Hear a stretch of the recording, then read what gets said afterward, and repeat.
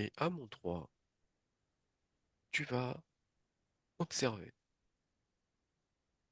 les pyramides d'Égypte, et plus précisément les pyramides de Gizeh, et tu vas me dire si quelque chose attire ton attention.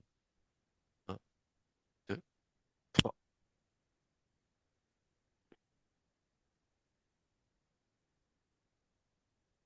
Hmm. La première vision que j'ai, c'est donc la pyramide et une toute petite pyramide en superposé qui m'a amené à une vision de la pyramide du Louvre qui a elle-même une petite pyramide à l'intérieur. C'est laquelle des pyramides de Gizeh qui a une pyramide à l'intérieur? C'est la plus grande. J'en vois une qui est vraiment au centre, un petit peu plus grande. Et en fait, et c'est comme s'il y avait une petite pyramide dans la vision que j'ai, superposée.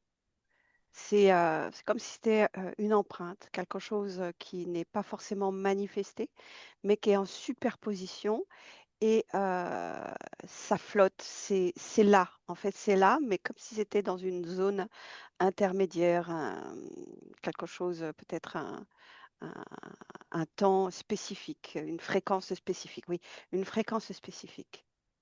Et j'ai toujours quelque chose qui me ramène à la pyramide du Louvre et cette petite pyramide, un pyramidion. Oui, ça me ramène. C'est comme s'il y avait quelque chose comme un copier-coller ou les mêmes proportions ou quelque chose de bien spécifique qui a été créé à Paris sur des côtes spécifiques. Donc ce que tu observes, tu observes ce que tu décris, c'est la pyramide du milieu. Donc elle s'appelle Képhren, cette pyramide. Voilà, c'est la pyramide du milieu. Oui. Et ce que tu observes dans cette pyramide, c'est physique ou c'est ésotérique? Alors, dans la pyramide d'Égypte, je vois ce pyramidion en éthérique. C'est éthérique, c'est-à-dire que c'est palpable avec notre corps, on ressent, ça fait de l'énergie. On n'est pas dans quelque chose qui est éthéré, astral. C'est plus proche, c'est vraiment quelque chose qui est là et qui joue sur l'information et sur le corps. C'est quelque part dans cet environnement. Je ne sais pas si c'est dedans la pyramide, si c'est à l'intérieur, en sous-sol, au-dessus. C'est quelque chose qui est présent. Et à chaque fois, j'ai toujours l'image de la pyramide du Louvre de Paris avec cette empreinte aussi qui est présente. Alors, cherche l'information. Pourquoi tu as cette image avec le Louvre? Qu'est-ce qu'il y a en commun? Une fréquence. Une fréquence et des intentions spécifiques. Quelles sont Et ces les intentions? mêmes, les proportions sont les mêmes, sauf qu'elles sont euh, juste, juste comment dire, divisées. Parce qu'il y a une fréquence de, comment dire, qui, la proportion du pyramidion est vraiment reliée à la fréquence du cerveau. Oui, ça joue sur la fréquence du cerveau. Et qu'est-ce que ça fait sur le cerveau? Eh bien, ça génère quelque chose une empreinte, quelque chose dans le collectif. Ça va toucher, ça va donner une information dans le collectif. Ça va toucher chaque personne sur une bande de fréquence bien définie. Et suivant l'orientation du pyramidion, il va y avoir soit des montées d'énergie des hautes fréquences, soit des descentes d'énergie des basses fréquences. Et ça va jouer sur le comportement de l'humain qui va être plutôt dans une posture à regarder par terre avec de la tristesse compressée ou à regarder au ciel ouvert et avec des pensées éveillées. Ça joue. Donc ce, et donc ce pyramidion, il y a possibilité de l'orienter? Ou il est fixe? Il est fixe. Celui du Louvre, il est fixe. Il est fixe, il a été créé dans une proportion vraiment spécifique et il est orienté d'une façon pour désorienter la boussole de, de l'humain. Il est légèrement, c'est pareil, il y a quatre arêtes plus pointues avec des quartz de différents étages, des inscriptions légèrement décalées et ça génère une fréquence dans Paris qui est, j'en ai presque mal à la tête là. Donc le but, c'est de toucher toute la ville de Paris, pas seulement le musée du Louvre, quoi. Ça rayonne sur tout, sur toute la métropole. Ça rayonne sur tout Paris et ça crée une sorte, le pyramidion qui est au centre de la grande pyramide crée une sorte de tube énergétique qui se connecte à l'autre pyramide plus grande du Louvre et en fait, cette grande pyramide propulse comme une batterie, comme une énergie Mhm. et ça amplifie l'information du pyramidion. Très bien.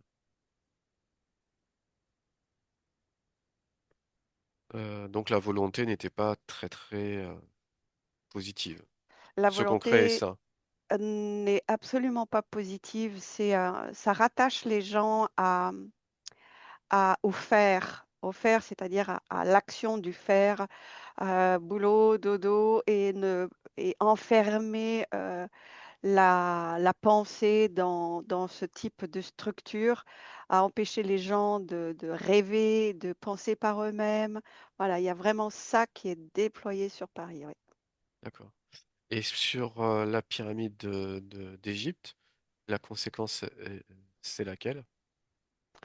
Eh bien, là maintenant, je commence à percevoir quelque chose dans la matière. Elle est bien orientée. Elle est orientée exactement sur l'axe de la grande pyramide, sur les quatre côtés, et elle est en harmonie. Donc, en fait, le but, c'était vraiment c'était pour vraiment générer des fréquences de, comment dire, c'est pas bridé, c'est des fréquences de pensée, euh, de santé, ça apporte une bonne énergie, là, ce que je vois, et ça amplifie un phénomène spécifique. Ok.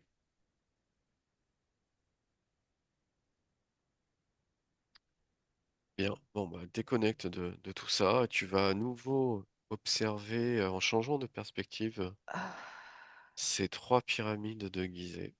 mm. Et dis-moi si quelque chose attire ton attention. Alors, quand je regarde le sol, elles sont connectées avec dans des profondeurs. Waouh.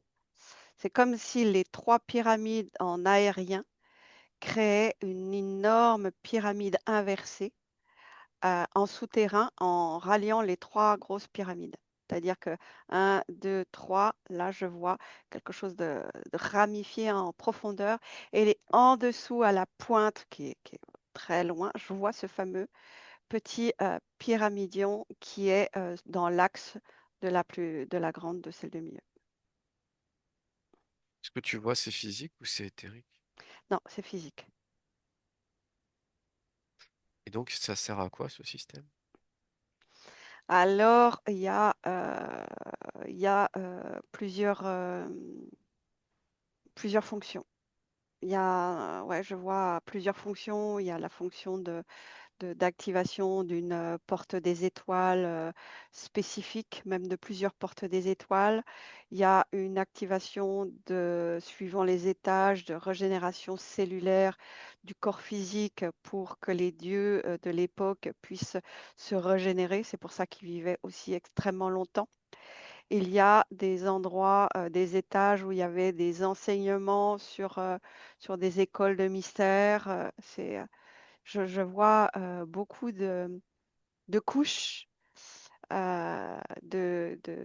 d'étages de cet espace et notamment quand je descends très profondément dans la terre, au niveau du pyramidion, elle est en métal, en métaux. Elle est créée en un métal bien spécifique et qui vient d'une autre constellation.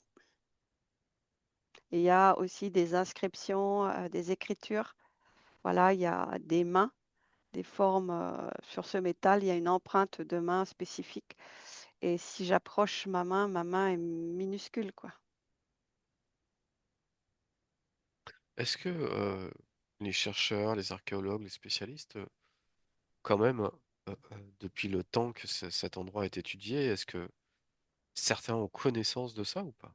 Non, pas aussi profondément dans la terre, parce que c'est très profond, c'est euh, c'est très très profond. Je n'ai pas la notion du métrage. Et Alors, eux, oh, ils ont découvert que trois strates d'étages, alors que ce serait le pyramidion serait au 10e étage en sous-sol, par exemple. ils en ont déjà découvert trois? Oui, Et pourquoi ils communiquent pas là-dessus? parce que la toute dernière qu'ils ont découvert est très récente et c'est pas encore ouvert, c'est juste en observation. On est sur peut-être du 80 mètres en sous-sol, quelque chose comme ça. Et ils n'ont pas encore creusé ou découvert la porte d'entrée. Pour l'instant, c'est que sondé. Et dans leur machine, même s'ils peuvent aller très profondément, ils ont conscience qu'il y a encore d'autres étages sur cet étage-là, mais ils n'ont pas la conscience du pyramidion que je vois. C'est assez étrange parce que quand j'ai une vision, il y a plus de 12 000 ans, avant les grands chamboulements, petit pyramidion qui est en souterrain très profondément, là, je la vois carrément sur la grande pyramide. C'est comme si le petit pyramidion a été enlevé de la pyramide et a été préservé et protégé en très, très, très profond. Et après, ça a été rebouché.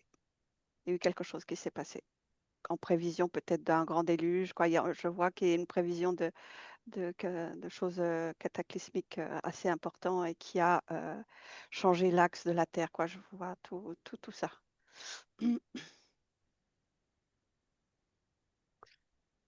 Euh, qui a construit tout ça? On n'est pas dans une humanité, on est dans quelque chose d'exogène. Je vois des êtres qui viennent constellation, je vais dire Orion, et je vois des êtres. Pour moi, c'est comme si c'était les premières races des reptiliens, très très grands, 3 ou 4 mètres de haut, et, euh, et une race qui est pas dénaturée comme la race des reptiliens qu'on voit aujourd'hui qui contrôlent ce monde. Je vois autre chose. Tu situes ça à peu près entre quelle période et quelle période que tu observes? J'ai le chiffre 36 000 ans. 36 000 ans, il y a eu un débarquement de ces êtres sur la Terre. Et D'accord. ouais. Et il y avait déjà des êtres humains? Il y avait déjà des choses. Euh, il y avait déjà des êtres humains, mais voilà, pas biologiquement, pas comme ceux qui sont aujourd'hui, comme nous Oh, aujourd'hui. un peu comme Homo erectus? Je, je- c'est comme si c'était, il y a eu déjà des implantations de l'humanité sur la Terre. Et je vois que, par exemple, en implantation, c'est comme si ces êtres humains avaient été, comment dire, je vois des singes, mais pas des singes, parce que c'est pas des singes. C'est comme s'il y avait eu un ADN qui avait été pris du singe et il y a eu quelque chose qui a été constitué. Je vois des humains très trapus, j'en vois des très grands. Je vois en fait des humains, je ne peux pas les appeler les humains, mais des espèces qui pourraient nous ressembler, oui. comme si la terre, à un moment donné, a été ensemencée comme un jardin. Un jardin, allez, peut-être le jardin d'Éden, mais il y a eu un jardin avec plusieurs races et comme s'il y avait eu des essais et des races se sont éteintes parce que ça, il y a eu une dégénération, voilà, et il y avait des problématiques de reproduction beaucoup. C'est particulier ce que je vois. Très bien. Alors, déconnecte de tout ça, on revient au sujet des pyramides. Ah, laquelle? Respire, module Laquelle?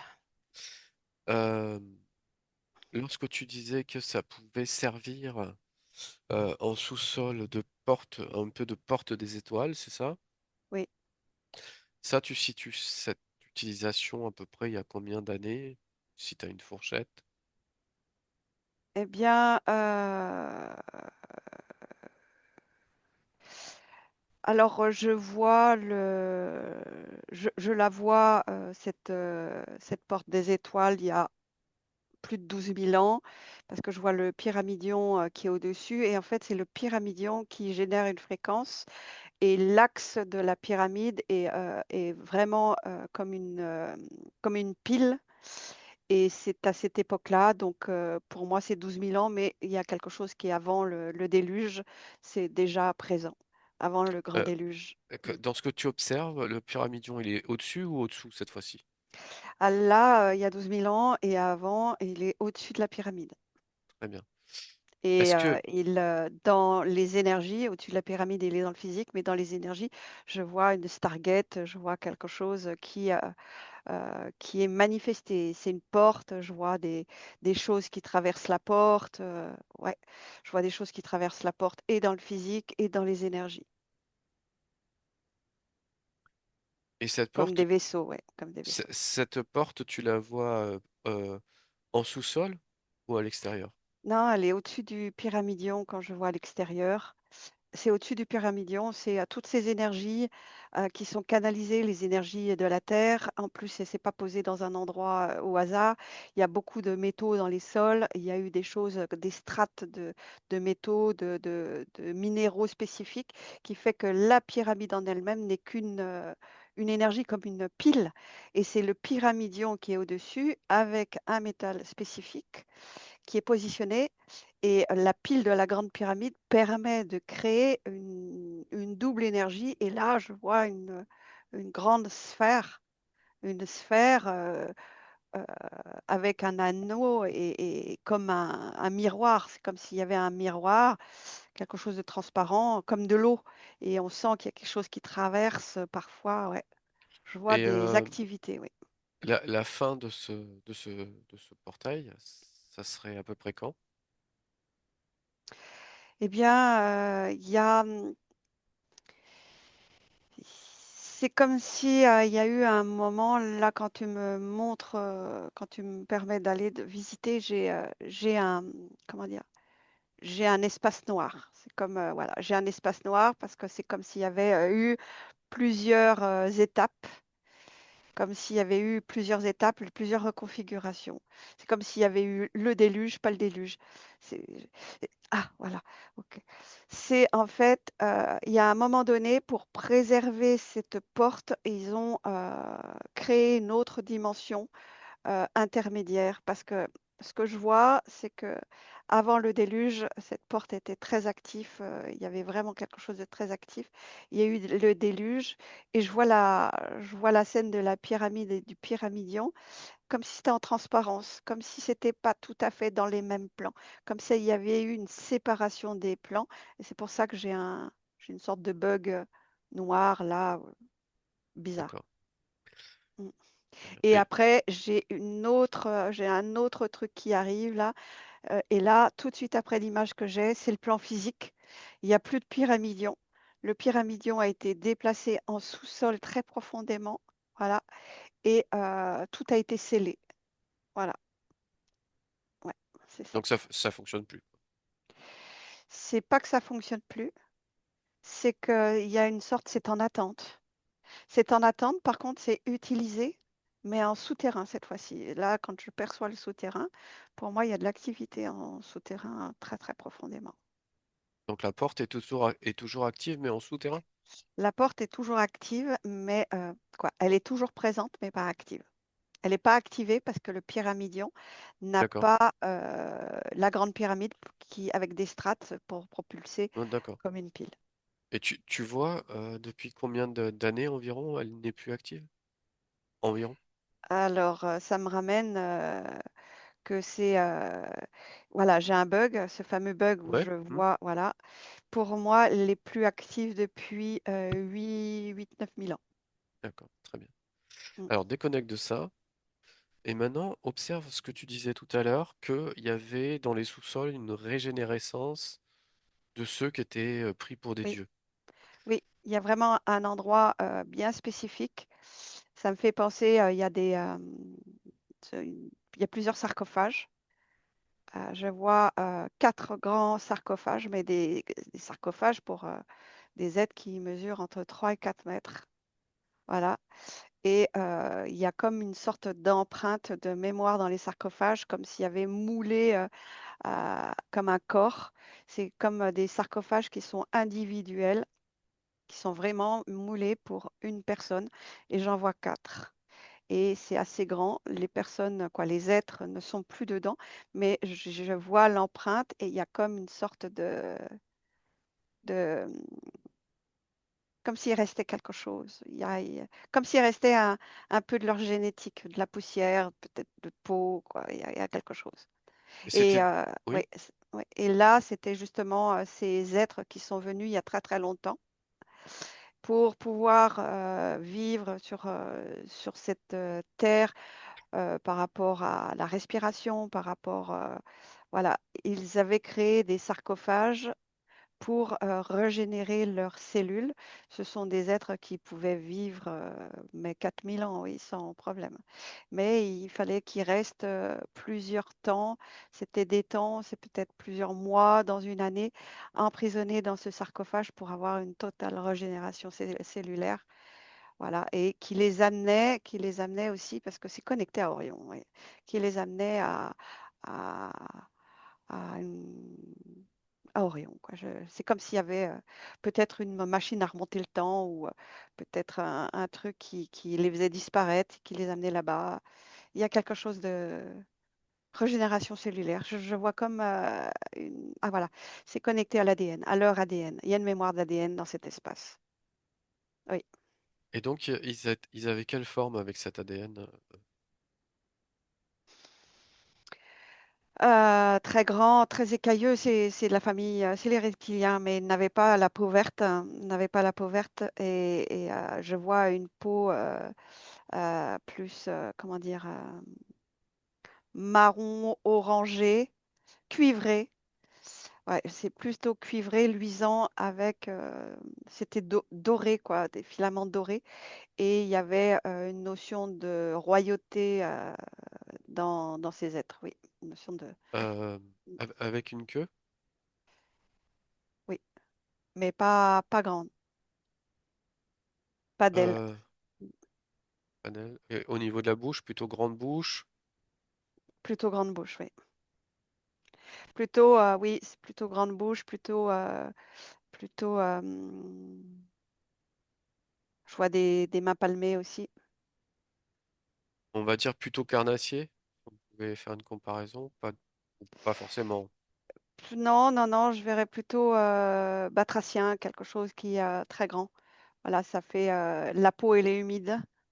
Ouais. Ouais, on est plutôt dans cet ordre-là. Et en me connectant à eux, il y a de l'eau, il y a un besoin d'eau, il y a un besoin d'une certaine humidité, d'hygrométrie. Oui, Et est-ce que justement, est-ce qu'il y avait de l'eau justement à cette époque-là autour des pyramides ou pas? oui, oui, oui, il y avait de l'eau, il y avait de l'eau en profondeur. Et d'ailleurs, ce que je perçois maintenant, c'est que la strate où s'il y a ces sarcophages, il y a beaucoup d'humidité. Il y a beaucoup d'humidité. D'ailleurs, quand j'observe tout ça, il y a une sorte de revêtement. Ouais, il y a un revêtement comme quelque chose de très humide qui garde l'humidité. Oui, c'est un revêtement qui garde l'humidité. Et il y a un état d'humidité, quoi. Disons, c'est pas trop ni pas assez. Il y a un état d'humidité constant qui permet à qui permettait à ces êtres de pouvoir, régénérer. C'est comme si, ils retrouvaient, un espace d'eau de là où ils viennent. Mmh. Est-ce que tu vois, euh, par rapport à ces sarcophages, est-ce que tu vois un parallèle avec les sarcophages euh, de la pyramide de Saqqara en Égypte? C'est un endroit où, en sous-sol, il y a vraiment beaucoup de sarcophages. Est-ce que c'est du même type? Ah, C'est du même type, mais ceux dont tu me parles sont beaucoup plus petits. Mais c'est du même type. Et c'était là, ça a été les premiers. Voilà, disons que de ces traces que je vois, dont je te parle maintenant, de ce que tu me proposes de regarder, c'est une race hybride de ces traces-là. Ils sont plus petits et pareil, il y avait un état de pour régénérer et un état d'humidité que je vois. très bien. L'humidité avait une importance. Après, plus la race a été modifiée génétiquement et plus ils avaient besoin de chaleur. D'ailleurs, c'est comme la race a été modifiée et plus ils sont devenus entre guillemets secs, plus il y a eu un assèchement et plus il y a eu comment, plus ça a été détourné de quelque chose de royal. Ils ont perdu leur royauté, ils ont perdu le sang noble quand ils sont devenus, entre guillemets, secs, amoureux de la sécheresse. Très bien. Donc, si tu te repositionnes par rapport aux pyramides, euh, quand c'est que ces entités-là, ces êtres-là, quittent les lieux finalement? Dans quelle période de temps? Je les vois pas quitter le lieu, je les vois juste changer de dimension. C'est comme si maintenant, en observant ces sarcophages que je voyais dans le physique, maintenant je les vois dans une autre grille parallèle. Ils sont encore là. Ils sont dans le sarcophage, mais ils sont plus dans un plan physique, mais ils sont encore là. Dans le sarcophage. Oui, les quatre. Mais est-ce que dans ce sarcophage, il y avait tout le temps les quatre mêmes personnes ou ça pouvait changer? Non, les sarcophages étaient étudiés pour leur propre génétique. Personne d'autre ne pouvait rentrer. Ça pouvait, D'accord. Et du ouais, coup, ça tuait, ouais.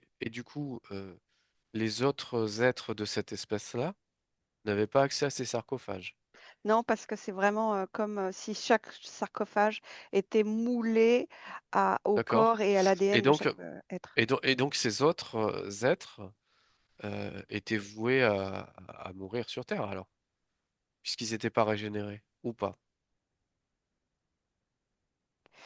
C'est c'est comme si en fait l'espace où ils vivaient, euh, comme si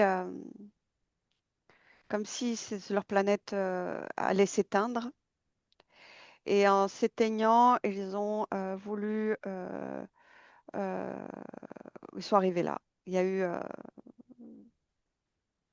eu un programme pour arriver ici. D'accord. Et Mais, c'est mais justement, très très vieux, hein. ici, hormis les quatre qui se régénèrent, les autres, qu'est-ce Oui, qu'ils deviennent du coup, puisqu'ils se régénèrent pas? les autres, je j'ai Les, pas. o- les... Quand ils sont venus ici, ils n'étaient pas Oui, que quatre, je suppose. si, Ou ils étaient que quatre. oui, Ah d'accord. mm, Ok. mm, Et donc, ils ont été pris pour des dieux par les êtres humains de l'époque. oui, oui. Et après, c'est là qu'il a commencé à avoir une hybridation de l'humain par rapport à ces êtres que je vois d'avant. Il y a eu une hybridation, il y a eu euh, l'hybridation jusqu'à ce qu'on soit comme on est aujourd'hui. D'accord. Et c'est une hybridation physique ou dans des laboratoires? Au départ, ça a été dans les laboratoires et après, il y a eu un processus d'une possibilité de reproduction. parce que à l'époque, quand il y a eu une hybridation aussi des reptiliens, il y avait un processus de reproduction. Donc, ils ont pu reproduire ça sur l'humain. C'est pour ça que l'humain peut se reproduire aujourd'hui et que la race nécrosée de ce qu'on voit aujourd'hui ne peuvent plus se reproduire. Donc, ils se reproduisent, ils se clonent en fait. Les contrôlants se clonent. Alors, pour résumer, si j'ai bien compris, ils sont venus à quatre personnes. Quatre Ces êtres. Mm. quatre êtres. Ces quatre êtres, tu les vois maintenant sous une forme éthérée, mais toujours dans les sarcophages. Oui, Que- que- est-ce que c'est une forme éthérée qui est proche de la matière ou vraiment éloignée de la matière? non, elle est proche de la matière. D'accord. Il n'y a aucun moyen de les voir avec des yeux physiques dans ces sarcophages? Non, pas avec les yeux physiques, mais par D'accord. contre, une personne clairvoyante les verrait. Et il y a moyen qu'ils se réveillent de ces sarcophages ou pas du tout? Ils sont en sommeil très profond. Ok. Il y a comme une sorte c'est comme si ça avait été mis en sommeil, comme s'ils avaient décidé de se mettre en sommeil parce que il y allait avoir des processus de bouleversement climatique. Et en fait, c'est comme si c'était les derniers d'une race spécifique. Donc, ils se sont mis en sommeil comme, par exemple, un humain pourrait se cryogéner. Et ils n'ont pas de but de se réveiller ou il y a un problème pour les réveiller ou pas? Il y a ce que je vois, s'il y a un processus de réveil qui n'est pas encore enclenché. Mais voilà, et c'est tout est relié au petit pyramidion qui est vraiment en souterrain. C'est comme s'il y avait ce petit pyramidion est une clé pour. En fait, ce pyramidion cette énergie permet de les maintenir en vie. Donc maintenant, si tu te penches, si tu observes les hybrides qui ont été créés à cette époque-là, donc Les, avant les hybrides humains ou les hybrides reptiliens? les hybrides avec ces êtres-là, Oui, oui, donc, hybrides de reptiliens, oui. donc c'est de l'hybridation purement reptilienne. Il y a eu l'hybridation reptilienne et il y a eu une hybridation aussi sur ces êtres qui vivaient déjà sur cette planète, qui étaient, oui, nos descendants. Il y avait des choses comme ça. Ça avait déjà été implanté. La Terre, elle est implantée depuis D'accord. très longtemps.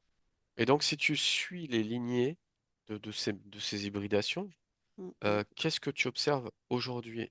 Où sont passées ces lignées? Il reste, ça a été extrêmement mélangé. Et il y a plus la pureté de la génétique n'existe plus parce qu'elle a été tellement dénaturée, dénaturée, dénaturée.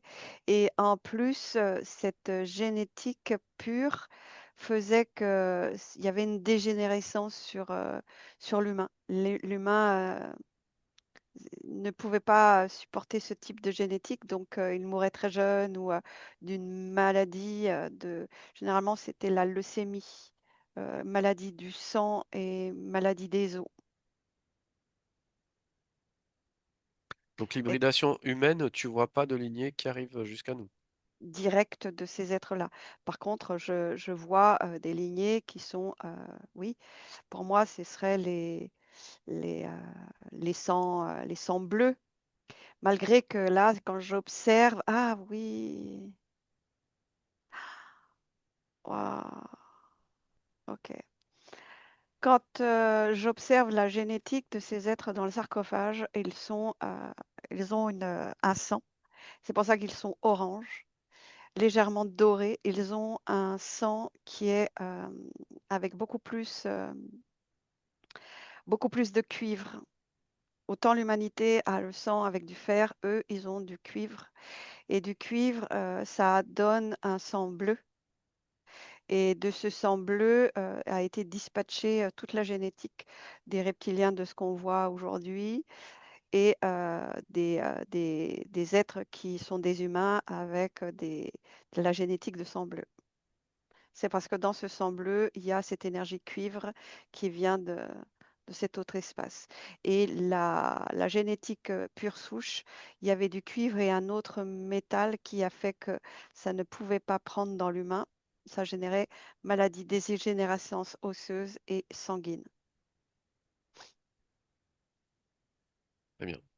Euh, Est-ce que tu veux faire une dernière observation pour aujourd'hui par rapport aux pyramides de Gizeh et à tout ce que tu as pu observer?